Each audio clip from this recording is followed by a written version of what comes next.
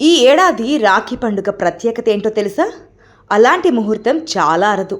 మరి శుభముహూర్త హిందూ కుటుంబాలు జరుపుకునే పండుగలలో రాఖీ పండుగ ఒకటి.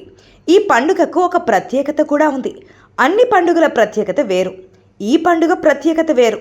అన్న చెల్లెళ్ళు, అక్క తమ్ముళ్ళు జరుపుకునే పండుగ ఏదంటే రాఖీ పండుగ ఒకే ఒక్కటి. ఎక్కడ ఉన్నా సోదరుని ఇంటికి సోదరి వస్తోంది. ఒకవేళ వీలు కాని పరిస్థితుల్లో సోదరుడే సోదరి ఇంటికి వెళతారు. ఇలా ఏడాదికి ఒక్కసారి జరుపుకునే పండుగ ప్రత్యేకత ఇలా ఉంటుంది.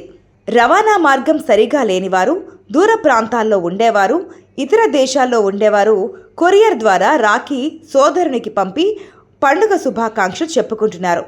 పండుగకు ముందుగానే రాఖీ పంపి ఆనందాన్ని పంచుకుంటున్నారు సోదర సోదరీమణులు.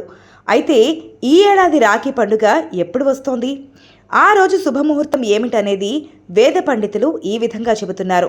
2025 ఆగస్టు 9వ తేదీన రాఖీ పండుగ జరుపుకోవచ్చని వేద పండితులు చెబుతున్నారు. శ్రావణ మాసం పౌర్ణమి తిథి మధ్యాహ్నం 2:12 ముహూర్తం మొదలవుతుందని వేద పండితులు చెబుతున్నారు. ఈ ఏడాది వచ్చే రాఖీ పౌర్ణమి చాలా ప్రత్యేకత ఉందని, ముహూర్తం మంచి గడియలలో వస్తున్నట్లు వేద పండితులు విశ్లేషిస్తున్నారు. ఆ శుభ సమయంలో రాఖీ కట్టుకోవడానికి మంచి ముహూర్తమని వేద పండితులు చెబుతున్నారు.